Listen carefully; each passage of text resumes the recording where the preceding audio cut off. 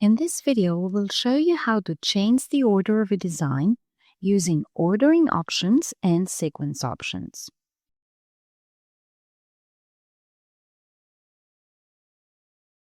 In a previous video, we described how you can reorder a design using auto or manual optimization. Now, we will show you how to change the sequence of design objects and still work with auto optimization. In this design, since the auto is turned on, the sequence of the design is affected by the optimizer settings. By default, the large to small optimization strategy is applied, and if you switch to slow redraw, you will see the largest first, the second largest next, and finally, the smaller part of the design. You can select any other optimization strategy, for example, inside to outside.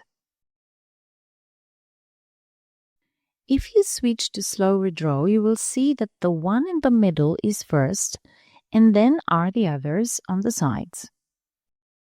But sometimes you may not find a strategy to match your preference.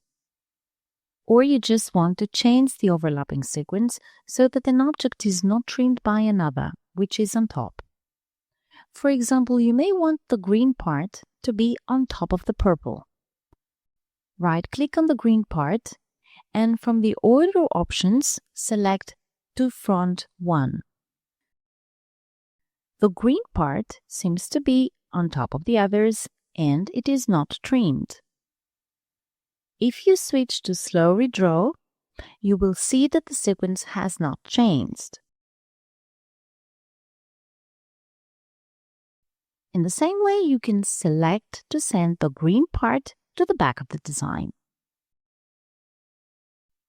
Now it is behind the other two, and the part underneath the others is trimmed.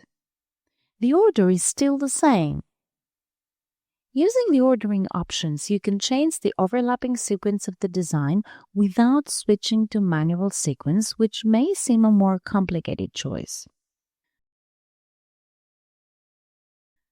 Finally, let me show you another way to send an object to the start of the design or to the end without switching to manual sequence.